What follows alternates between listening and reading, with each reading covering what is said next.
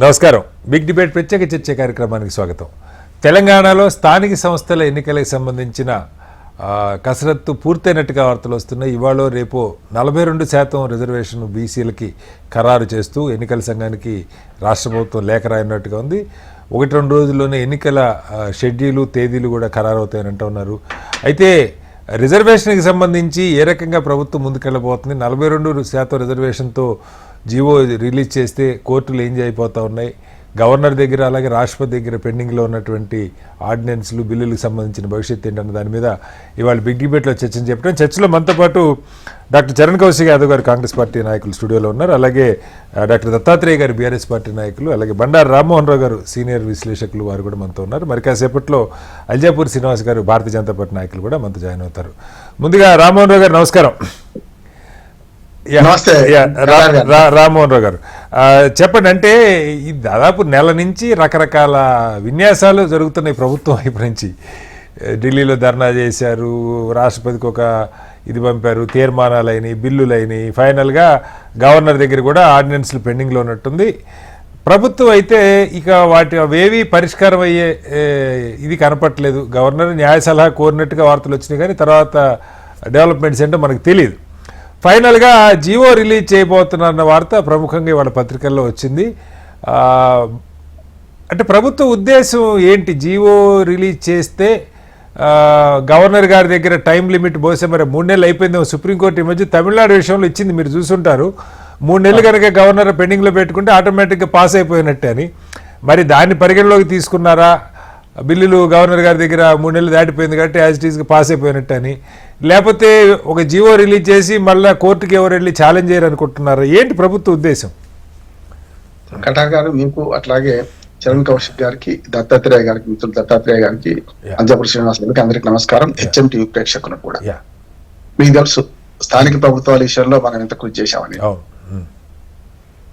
ఎప్పుడు కూడా కేసు వేయకుండా 2001లో కేసు వేస్తేనే ఎలక్షన్లు వచ్చినాయి, 2006లో కేసు వేస్తేనే ఎలక్షన్లు వచ్చినాయి, 2012లో కేసు వేస్తేనే 2013 ఎలక్షన్లు, ఇప్పుడు 2019 కూడా మనకు ఫోరం ఫర్ గుడ్ గవర్నెన్స్ లో ఒకసారి కలిపి మనం కేసులు వేయడం వల్ల చాలా సార్లు కేసు వేయకుండా ఎన్నిక జరపలేదు.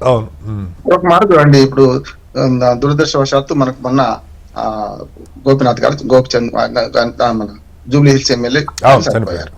ఏమైంది? 6 నెలలకు ఎలక్షన్లు వస్తలే వద్దన్నా వస్తాయి కదా. దీని సమస్య ఎక్కడ వచ్చిందంటే డిలిమిటేషన్ ఒకటి, రిజర్వేషన్ ఖరారు, ఈ రెండు కూడా 73వ రాజ్యాంగ సవరణలో, మీకు తెలుసు 73వ రాజ్యాంగ సవరణలో ఆ చిన్న లోటు వల్ల ఇదంతా సమస్య జరుగుతుంది. అంటే డిలిమిటేషన్ చేయాలి రాష్ట్ర ప్రభుత్వాలు, తర్వాత మనకు రిజర్వేషన్ ఖరారు చేసి ఇవ్వాలి. అసెంబ్లీకి పార్లమెంట్ కా సమస్య లేదు. మళ్ళీ 2026 దాకా అవే రిజర్వేషన్ కనుక డిలిమిటేషన్ కూడా ఉన్న ప్రతిసారి కూడా ఏది జరుగుతుంది స్థానిక ప్రభుత్వాలు. ఇప్పుడు చూడండి, దాదాపు 2 ఏళ్ళుగా వస్తుంది, అంటే ఇంకా 3 నెలలు తక్కువ, 2 నెలలు జనవరి 31 నాటికి పంచాయతీల కాల పరిమితి అయిపోయింది. వార్డు మెంబర్ పంచాయతీ లేదు. అట్లాగే జూన్ లో మనకు ఎంపీటీసీలు, జడ్పీటీసీలు, జడ్పీ చైర్మన్లు, ఎంపీ ప్రెసిడెంట్స్ వాళ్ళ కాలం అయిపోయింది. మున్సిపాలిటీలు కూడా పోయిన జూన్లే, అంటే ఆల్మోస్ట్ ఆల్ 15 నెలల నుంచి ఏమో మున్సిపాలిటీలు ఖాళీగా ఉన్నాయి, జడ్పీటీసీ, ఎంపీటీసీ అందరూ ఖాళీగా ఉన్నారు. సర్పంచ్లు అయితే సుమారు 2 ఏళ్ల నుంచి ఖాళీగా ఉన్నారు. చూస్తుంటారు, ప్రజాప్రతినిధులు లేని, అయితే కేంద్రము, 2 రాష్ట్ర ప్రభుత్వాలు 2 నడుస్తున్నాయి. ఈ దశలో అలవిగాని హామీ ఇచ్చిందని కాంగ్రెస్ పార్టీకి తెలుసు. ఏమంటారు, ఈ నాటకం ఈ 2 నెలల ముందు నుంచి మొదలు కాలేదు, ఈ నాటకం మొదలైంది 2 ఏళ్ల క్రితం నుంచి మొదలైంది. ఎప్పుడైతే అదే వేడిలో చేస్తే మేము ఏం చేయలేం కదా, గతంలో మరి ఆ చట్టం ఉంది కదా, 2018 చట్టం ఒకటి ఉంది కదా అని కేసీఆర్ మీద బదనాం వేస్తున్నారు కదా, ఆ చట్టం ఉంటుంది, దాని ప్రకారం చేస్తాం, ఏం చేస్తాం, మరి వచ్చేసారి చూసుకుందామని అప్పుడు జరిపితే ఆ వేడిలో, అంటే పార్లమెంట్ ఎన్నికలకు రాకముందు జరిపితే అయిపోయింది పంచాయతీ ఎన్నికలు. ఇదేమైతే ఎంత కొనసాగుతూ పోతుంటే అంతే రావణ కష్టంలాగా రైలే పరిస్థితి అవుతుంది. ఒకటి కామన్ డిక్లరేషన్ అమలు కాదని తెలుసు ఖచ్చితంగా. ఆ 2 బిల్లులు పాస్ చేసే కన్నా ముందు ఇప్పుడు ఈ నాటకం నిన్న 2 నెలలు 3 నెలలు కాదు, ఒకటి బీసీ కులగణన చేశారు, అన్ని కులగణన చేశారు. ఇప్పటికి కూడా బీసీలు ఏ కులం ఎంత ఉందో అది ప్రైవేటు వ్యవహారం కనుక మంచి గోప్యతకు భంగం అని ముఖ్యమంత్రి గారు మొత్తంగా బీసీలు వివరాలు ఇచ్చారు, కులాల వారీగా ఇవ్వాలి. అదే కదా, ఇప్పుడు కులాల మాట ఇవ్వలేదు. అప్పటికే మేము ముండూరు కాపలు ఇంతమంది ఉన్నాం, వీళ్ళు ఇంతమంది, వాళ్ళు ఇంతమంది, గొడవలు కూడా మేము ఇంత తక్కువ మాటలు మాట్లాడుతారు, అది అన్అఫిషియల్ వెల్లడించలేదు. కానీ ఏమంటున్నానంటే బీసీ కులగణంలో ఏమైందంటే బీసీల సంఖ్యను చెప్పే క్రమంలో పెద్ద పొరపాటు ఆ ప్రభుత్వం చేసింది ఏంటంటే ముస్లిం బీసీలు హిందూ బీసీలను విభజించి తప్పంటున్నారు. అది గతంలో జరగొద్దు. యాక్చువల్ గా బీసీలలో దూదేకుల వాళ్ళు, ఫకీర్లు, చాకలి మంది అందరు అందులో ఉన్నారు. గతంలో అనుభవిస్తున్నారు కూడా. అంటే జిహెచ్ఎంసీలో 45 మంది బీసీలు దూదేకుల వాళ్ళు రకంగా మన ముస్లింలలో బీసీలు ఎన్నికారు కదా హైదరాబాద్ లో, కనుక అది విడదీసేది లేకుండే. కానీ బిల్లులో బీజేపీ ఆరోపిస్తున్నట్టు ఎక్కడ కూడా బిల్లులో ముస్లిం బీసీలు, హిందూ బీసీలు లేదు. అందరికి కలిపి 52% ఉన్నది. అందుకని ఇక్కడ 2 వేరు చూడాలి. ఒకటి కులకరణ చేయడంలో ఆ 2 వేరు చేయడం తప్పు. తర్వాత అందరూ ఇప్పుడు ఇవాళ బీసీల భుజాల మీద తుపాకీ పెట్టి 3 పార్టీలు ఒక నోట్ తెలుసుకుంటున్నాయి. తప్పు కాదు, రాజకీయం చేస్తారు కదా వాళ్ళు. అంతెందుకు శ్రీమంత్ మనకు ఎప్పుడైతే కాంగ్రెస్ పార్టీ ఏమో దీన్ని అమలు చేసే ప్రయత్నం చేస్తా ఉంటుంది కదా, ఇప్పుడు జీవో తీసేదానికి ఇంత కొండంత రాగం ఎందుకు తీయాల్సి వచ్చింది? ఇప్పుడు జీవోతోనే పరిష్కారం అయ్యే సమస్య అయితే ఇంత కొండంత రాగం తీసి ఓ పాట పాడినట్టు అయింది కదా. జీవోతో పరిష్కారం కాదంటున్నాను. 2 బిల్లులు రాష్ట్రపతి దగ్గర ఆయన్ని, తర్వాత 2018 చట్టాన్ని మార్పు చేసి ఆర్డినెన్స్ వీలు కాలే కనుక మార్పు చేసి దాన్ని కూడా పంపారు, అది కూడా అక్కడనే ఆగింది.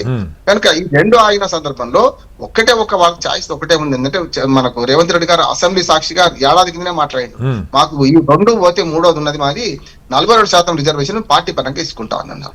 అంటే ఇప్పుడు కాదు రామోహన్ గారు, నాకు అర్థమవుతున్నది ఇది పార్టీ పరంగా కాదు, ఆల్మోస్ట్ సర్పంచ్ వార్డు మెంబర్ నుంచి అక్కడ సామాజిక సంఖ్యను బట్టి రిజర్వేషన్లు ఖరారు చేసి నివేదిక కూడా ప్రభుత్వానికి ఇచ్చారంటున్నారు. రేపు జీవో వస్తుంది. అంటే నా ప్రశ్న ఏంటంటే, ఇప్పుడు గవర్నర్ గారి దగ్గర పెండింగ్ లో ఉన్న బిల్లుల్ని అవి పాస్ అయిపోయినట్టుగా భావించి జీవో ఏమన్నా రిలీజ్ చేయబోతున్నారా అన్నది నాకు అర్థం కాని ప్రశ్న.